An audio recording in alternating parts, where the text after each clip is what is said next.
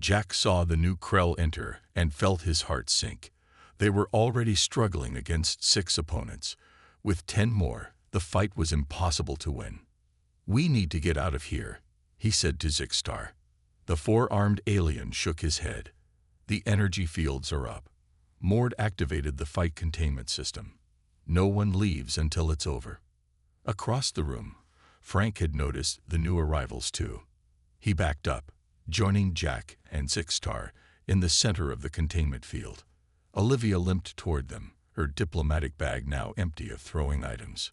"Well, this isn't good," Frank said calmly, as if commenting on bad weather. The Krell spread out, forming a circle around the humans and Zixstar. Grazak stepped forward, his yellow eyes gleaming with victory. "Now you see the cost of challenging us," he said. "This will be a lesson for anyone else who thinks about standing up to the Krell." Jack looked around desperately for anything they could use as a weapon. The containment field had trapped them with several overturned tables and broken bottles, but nothing that would help against 16 Krell warriors. Suddenly, a deep voice called out from beyond the energy field. "This is not an honorable fight." Everyone turned to see who had spoken. A group of massive, bull-like aliens stood watching. They had thick fur, powerful build, and short horns on their foreheads. Their arms were covered in mining tools and protective gear. "Taurians," Zixstar whispered, "miners from the outer colonies." The lead Taurian, taller than even the Krell, stared at Grazak. 16 against 4. Where is the honor in that?" Grazak hissed. "Stay out of this, Hornhead. This isn't your business." The Taurian's nostrils flared. "I watched these humans stand up for the Morellians when no one else would. That makes it my business." To Jack's surprise, the Taurian stepped forward and pushed through the energy field. The barrier allowed new entries but prevented exits. 3 more Taurians followed him in. "We will even the odds," the lead Taurian said, standing beside Jack. Grazak looked less confident now. Taurians were known for their strength and fighting skills. Then something even more surprising happened. A pair of the jellyfish-like aliens floated through the field, their tentacles crackling with electricity. "The humans helped when no one would," one of them said in a bubbling voice. "We stand with them." More aliens began to enter the containment field. The small Morellians returned, carrying what looked like medical supplies. A group of insect-like beings clicked their way in, their hard exoskeletons gleaming under the lights. "What's happening?" Jack asked, amazed. Zixstar looked equally surprised. "They're joining us. I've never seen anything like this." Within minutes, the odds had shifted. The Krell were now outnumbered by the impromptu alliance of different species. Olivia, ever the diplomat, stepped forward. "We need to organize," she said. "Each species has different strengths." She quickly began assigning positions, using her knowledge of xenobiology. The Taurians would take the front, using their strength and horns. The electric jellyfish would attack from above. The insect beings would use their speed to distract the Krell. "Humans in the center," she said. "We're more fragile but adaptable. We'll fill any gaps." Jack was impressed by how quickly the aliens accepted Olivia's leadership. They moved into position, forming a united front against the Krell. Grazak looked less certain now. His reinforcements had not expected to face so many opponents. "This doesn't change anything," he growled, but Jack could hear the doubt in his voice. The Krell leader signaled, and his warriors attacked. But this time, they faced a coordinated defense. The Taurians lowered their horns and charged, their massive bodies slamming into the Krell front line. The jellyfish floated above, dropping down to shock Krell warriors with their tentacles. The insect beings darted in and out, their sharp limbs finding gaps in the Krell scales. And in the middle of it all were the humans, moving wherever they were needed, adapting to each new challenge. Jack found himself fighting alongside a Taurian, their movements somehow complementing each other. When the Taurian blocked a Krell's attack with his thick arms, Jack darted in to strike at the vulnerable spots. "You fight well, human," the Taurian said, nodding with respect. For the first time, Jack thought they might actually win this fight. George sat in his living room, staring at his communication screen. It had been 6 hours since the Raxari took the hostages. The news was not good. The Raxari had a warship in orbit. They had moved the hostages to their heavily guarded embassy. They had sent a list of demands to Earth. The screen showed an official from Earth government. Her face was serious.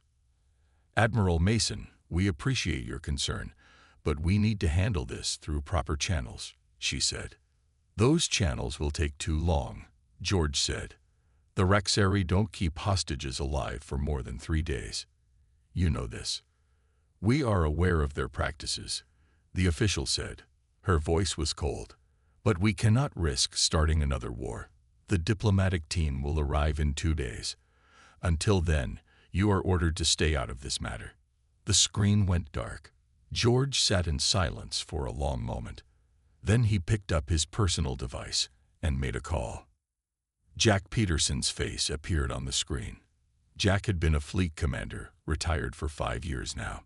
His hair was completely white. "George," Jack said, "I heard about New Haven.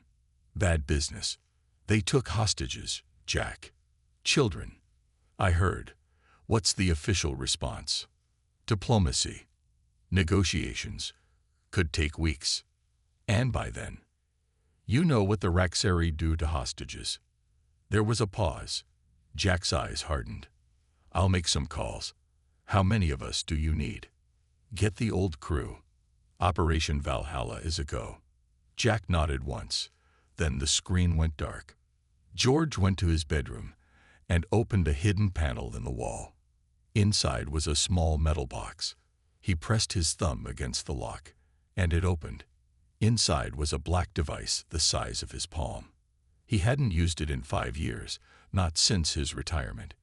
He pressed the button in the center. The device lit up with a green glow. It was a secure communication link to others like him, veterans who had served and now lived quiet lives across the galaxy. People who could be counted on when official channels failed. Within an hour, his house was no longer empty. Donna Rivera arrived first, bringing colony security maps and access codes. She was not retired yet, but she understood what needed to be done. "I can lose my job for this," she said. "I know," George replied. "You don't have to stay. Those are our people in there," she said simply, and spread the maps on his table. Next came Sam Wright, a former Marine sniper. His left arm was artificial from the elbow down, a reminder of the last war. He carried a long case that no one mentioned. "Heard you needed some precision work done," he said, shaking George's hand. By midnight, there were 8 of them. Amy Clark arrived with boxes of equipment that she refused to explain. Frank Reeves brought food and medical supplies. Susan Bennett came last, her small shuttle loaded with items that would be very illegal if anyone checked. They gathered around George's kitchen table, these men and women with gray hair and old scars and decades of combat experience between them. None of them needed to be there. All of them had chosen to come. "Earth has ordered us to stay out of it," George told them.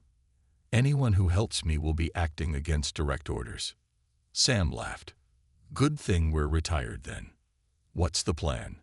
Susan asked. George pointed to the map showing the Raxari embassy. "First, we need information. How many guards, what kind of security systems, where the hostages are being kept." "I can get that," Amy said. "Give me 4 hours." "The warship is the real problem," Frank said. "If they sense trouble, they can bomb the whole area from orbit.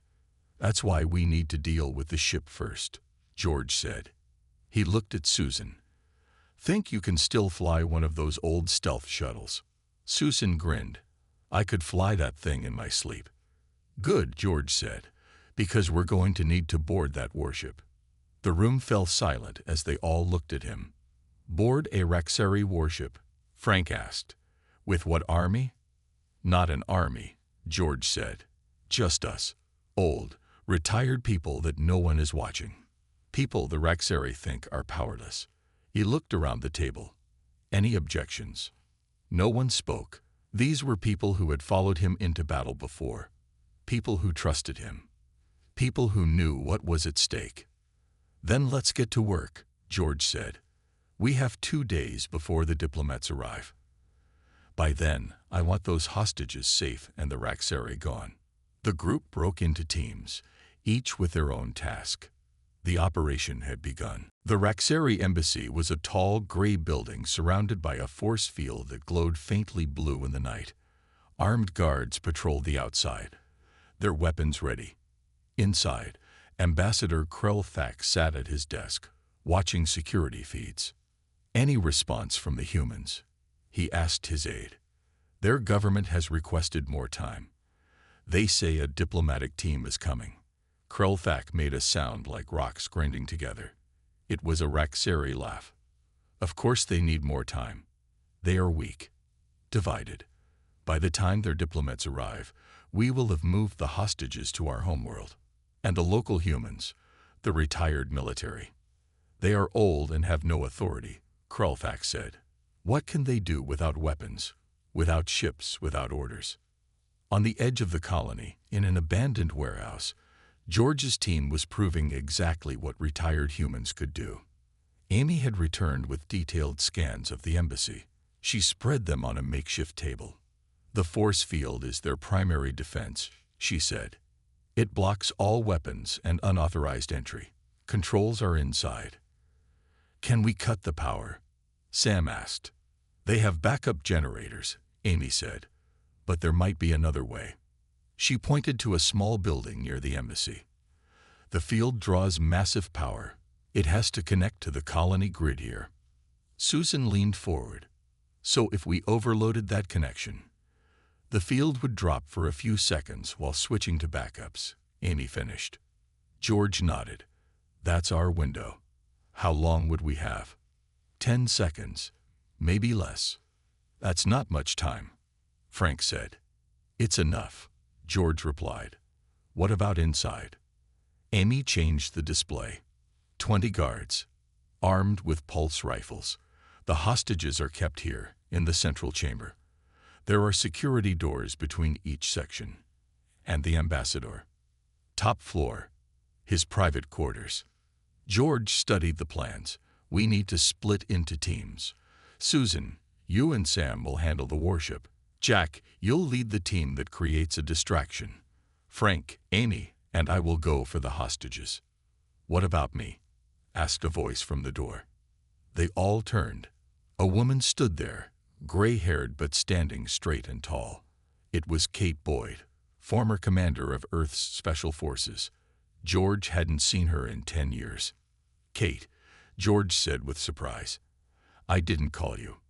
"Jack did," she said, walking in. "Figured you could use someone who knows how to break into places." George smiled for the first time since the crisis began. "We absolutely could." They worked through the night. Each person knew their role. Each understood the risks. None spoke about what would happen if they failed. In orbit above New Haven, the Raxari warship hung like a dark star. Captain Zivkor stood on the bridge, watching the colony below. "Any unusual activity?" he asked his second-in-command. "None, Captain. The humans seem to be waiting for their diplomatic team." "Keep watching," the captain said. "Humans are unpredictable." He didn't know how right he was. At that moment, a small maintenance shuttle was leaving the colony's repair dock. The shuttle's transponder identified it as routine maintenance for communication satellites. The Raxari scanners paid it no attention. Inside the shuttle, Susan sat at the controls with Sam beside her. 2 more retired veterans were in the back. Joe Harris, a former engineer, and Linda Cole, who had been one of the best hackers in Earth Force. "Keep us in the shadow of the moon," Susan told Sam. "We'll approach from behind." The shuttle moved silently through space, its engines barely registering on sensors. Back on New Haven, George received a message from Susan. Phase 1 underway. He turned to his team. "It's time. Everyone know what to do." They nodded. Years might have passed since they last worked together, but some things never change. The quiet focus before a mission. The trust in each other's abilities. The certainty that each would do their part. "Remember," George said, "we're not soldiers anymore. We're not following orders.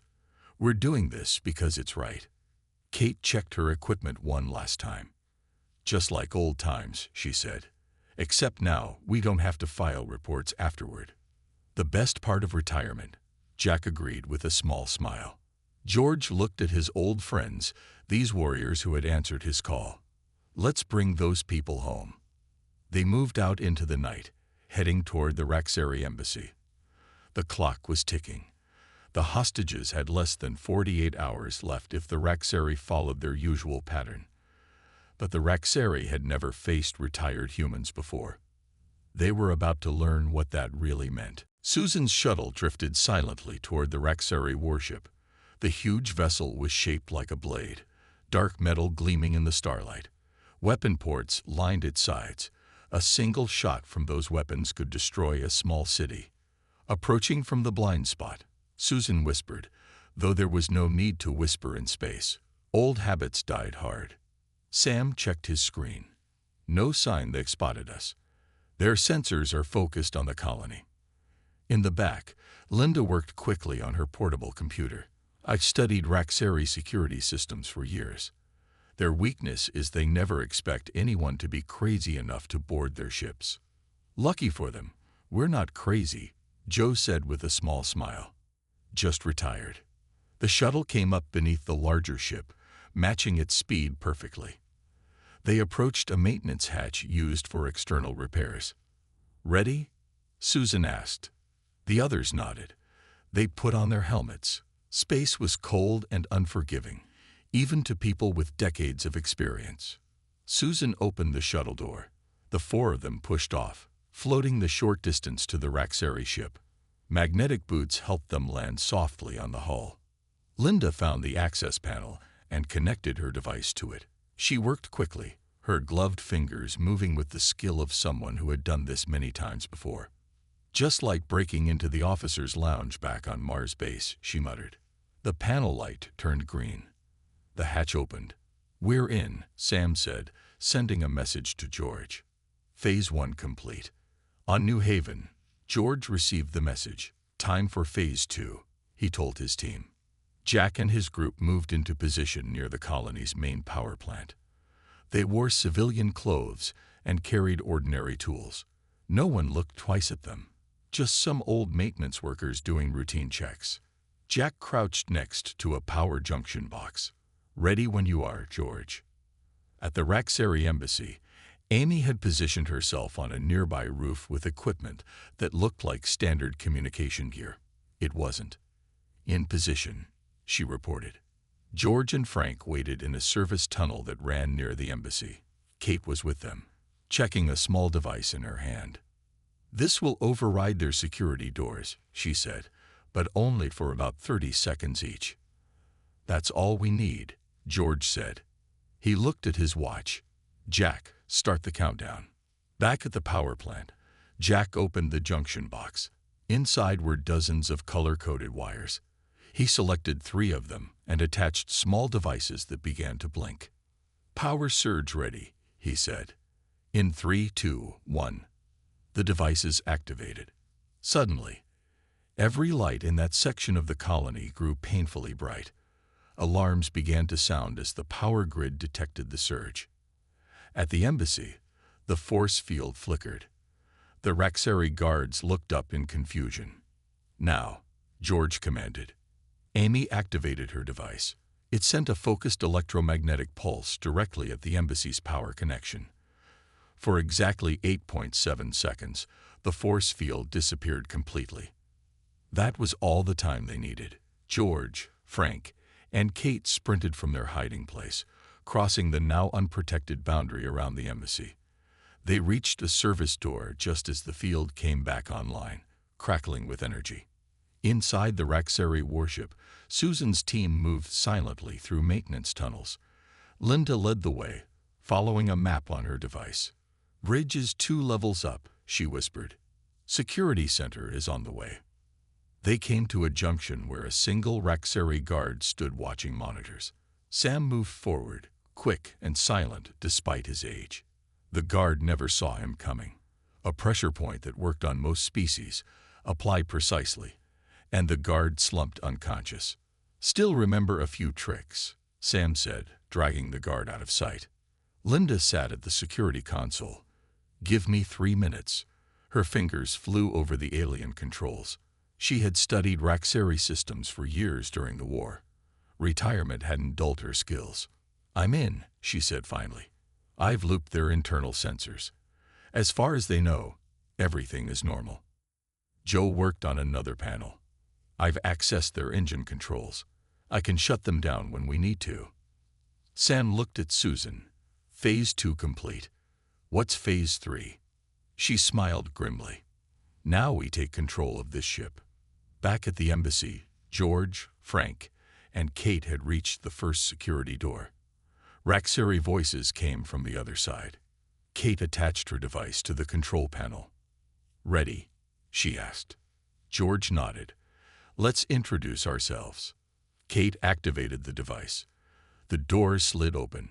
3 Raxari guards stood on the other side, their backs turned. Frank moved first, fast and efficient. Age hadn't slowed him much. Within seconds, all 3 guards were down, unconscious but alive. "Still got it," Frank said, barely winded. "Don't get cocky," George warned. "This is just the beginning." His communication device beeped softly. It was a message from Amy outside.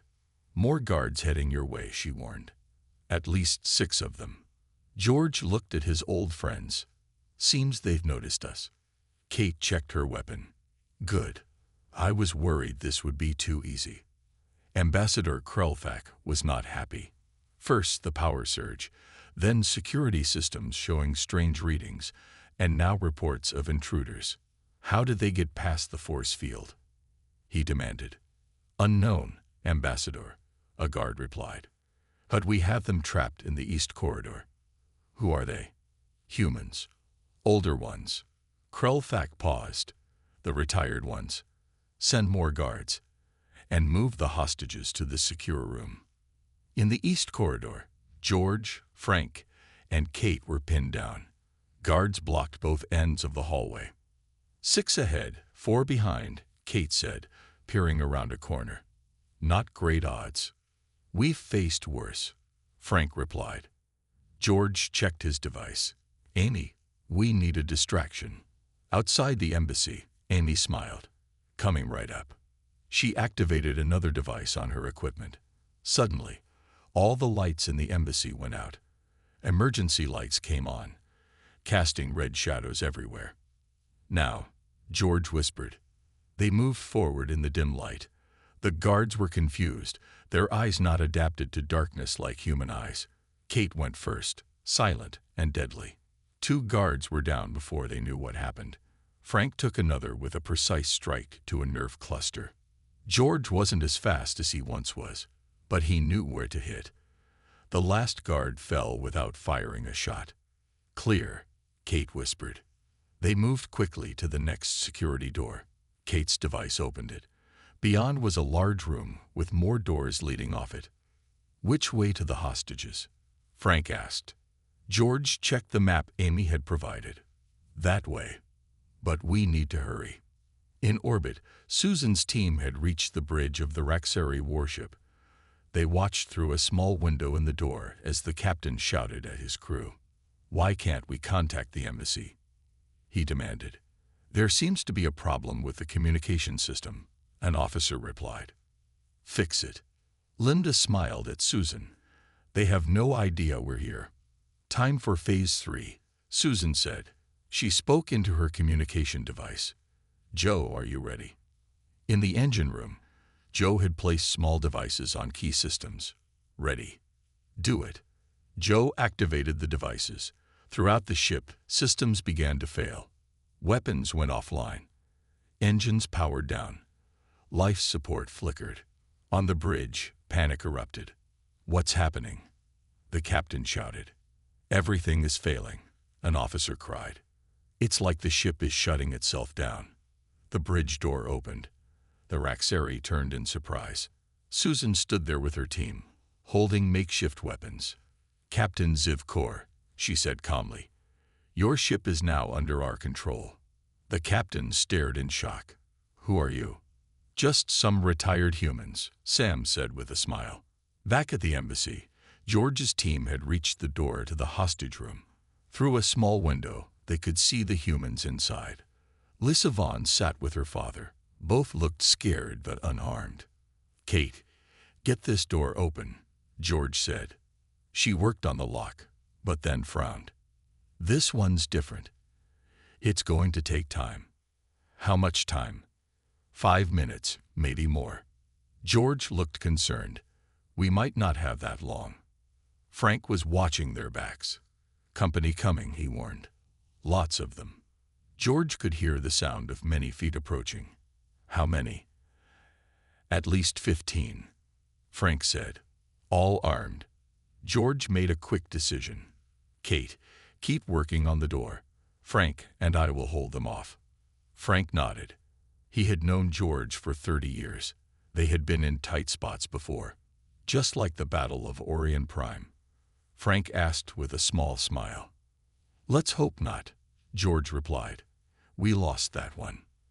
They took positions in the corridor, using corners for cover. The first guards appeared, weapons ready. "Surrender, humans," one called out. Frank looked at George. "Plan. Stay alive. Buy time." George checked his makeshift weapon. "And remember, we don't need permission anymore." The first shots flashed down the corridor as the guards opened fire. George and Frank returned fire, careful and precise. 2 guards fell immediately. "Not bad for old men," Frank said. But there were many more guards coming. And George knew they couldn't hold them off forever. His device beeped. It was a message from Susan. "Ship secured. Ready for extraction." George smiled grimly. Phase 3 was complete. Now they just needed to stay alive long enough for Phase 4. Behind them, Kate worked frantically on the hostage room door. Inside, Lisa Vaughn had noticed the commotion. She pressed her face to the window, eyes wide with hope when she saw humans fighting to reach her. The battle for the embassy had begun in earnest. Ambassador Krelfak stood in his office, watching the security feeds with growing alarm. The embassy was under attack. The warship was not responding to calls, and the attackers were not colony security or Earth military. They were old humans, retired humans. "Impossible," he muttered. His aide rushed in. "Ambassador, the humans have reached the hostage level, and we've lost contact with the ship." Krelfak felt fear for the first time. "Seal my office. No one enters." "But the hostages. Let the guards handle it." In the corridor, George and Frank continued to hold their position. They had taken down more guards, but they were running out of time and energy. "Getting tired, old friend?" Frank asked between shots. "Not yet," George replied, though his arm ached and his breath came harder. From behind them, Kate called out, almost through the lock. A blast hit near George's head, showering him with wall debris. He ducked back. "We need more time." His device beeped. It was Susan. "George, we've got the ship. Do you need support?" "Can you target the embassy's communication array?" George asked. "Easily." "Do it. Then stand by." In orbit, Susan gave the order. Sam worked the ship's controls, targeting the small array on the embassy roof. A precise blast from a low-power weapon struck it perfectly. The embassy's communications went dead. On the ground, Amy saw the blast. "Nice shot," she muttered. She spoke into her device. "George, they're completely isolated now. No communications in or out." Inside, Kate finally cracked the lock. "Got it." The door slid open. 20 frightened human faces looked up. Some were crying. Others looked hopeful. Ben Vaughn stood up, his daughter Lisa beside him. "Mason, is that you?" Ben asked in disbelief. "Time to go home," George said. "Everyone stay together." Frank was still holding the corridor. George, we've got a problem. Too many guards between us and the exit. George thought quickly. New plan. Susan, we need pickup from the roof. Can you bring the shuttle? On my way, she replied. George turned to the hostages. Change of plans. We're going up. They moved quickly, guiding the hostages up emergency stairs. 2 guards appeared, but Kate dealt with them efficiently. They reached the roof access door. Once we're through, we'll be exposed, Frank warned. Not for long, George said. He checked his device. Susan is 90 seconds out. Kate got the door open. The roof was flat and open, with nowhere to hide. The night air was cool as they hurried the hostages out. 60 seconds, George counted. Suddenly, the roof access door on the far side burst open. Ambassador Krell Thack stood there with 4 guards. His eyes widened at the sight of George. You, he hissed. The retired architect. George faced him calmly. Me. You are violating every treaty between our peoples, Krell Thack said. Your government will punish you for this. Maybe, George replied. But first, we're taking these people home. My guards will kill you all before any shuttle arrives, the ambassador threatened. I don't think so, George said. He looked up. The Raxari warship appeared overhead, its massive form blocking the stars. Its weapons ports were open, all pointed down at the embassy. The ambassador's face showed shock. How? We took your ship, George said simply. Some other retired humans. This is impossible, Krell Thack whispered. You made a mistake, George told him. You thought retired meant harmless. On Earth, retirement just means we no longer need permission to act. A small shuttle appeared, hovering near the edge of the roof. Susan's voice came over George's device.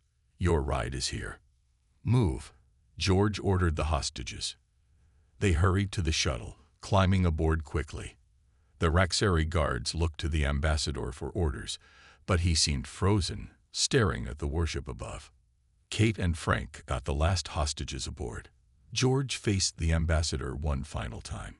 This doesn't have to end in more bloodshed, George said. Leave human space. Don't come back. Or what?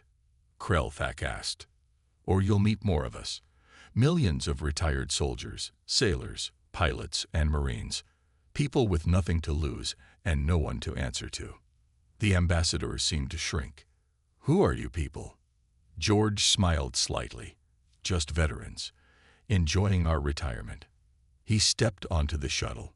The doors closed, and it rose quickly toward the waiting warship. 2 days later, George sat on his porch again, watching the twin suns set. The purple and orange light still made his knee ache. Some things never changed. The official Earth diplomatic team had arrived that morning. They had been shocked to find all the hostages safe, the Raxari ambassador ready to talk peace, and a Raxari warship under human control. George's communication device beeped. He sighed and picked it up. George Mason, he answered. Admiral Mason. It was the Earth diplomat who had arrived that morning. I need to speak with you about what happened. I'm not an admiral anymore, George reminded him. Just a retired civilian. About that, the diplomat said. His voice was careful. The Raxari ambassador has filed a formal complaint. He says you and other retired military personnel took control of a Raxari warship and threatened to destroy their embassy. We returned their ship, George said, and we never threatened to fire. We just made our position clear. You violated direct orders to stay out of the situation. I don't take orders anymore, George said simply. I'm retired. There was a long pause. Then the diplomat sighed. The thing is, Admiral, George, officially, Earth should punish you for this. But the reality is, you saved those hostages when we couldn't. And now the Raxari want to talk peace. Are they leaving the Orion sector? Yes, they're withdrawing all claims. They're even offering trade agreements. The diplomat sounded puzzled. It's like they're suddenly afraid of something. George smiled slightly.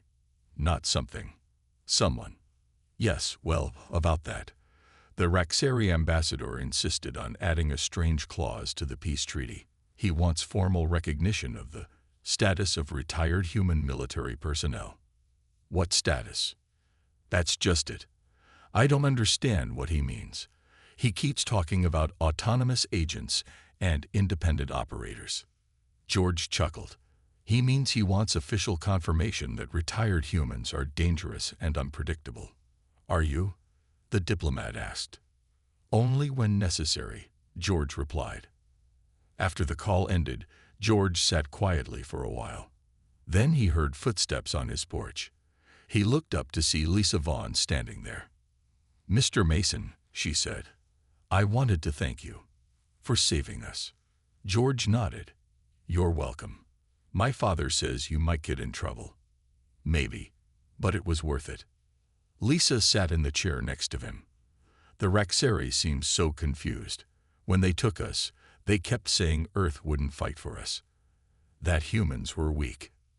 They misunderstood us," George said. "They thought retirement meant you were done. Finished." Lisa looked at him curiously. "But that's not what it means, is it?" "No," George agreed. "It just means we're free to choose our own battles." His device beeped again. It was a message from Susan. "Party at Jack's house. Everyone's coming." George smiled. "Want to meet some interesting people?" he asked Lisa. She nodded, and they walked together through the colony streets. At Jack's house, all the team had gathered. Amy, Frank, Susan, Sam, Kate, and others. These men and women who had come when called, who had risked everything because it was right. They greeted George with raised glasses. "To the architect," Jack said, still drawing up winning battle plans. George shook his head. "To retirement," he corrected. "The freedom to do what's necessary." They all drank to that. Later, as the night grew late, George stepped outside for fresh air. Jack joined him.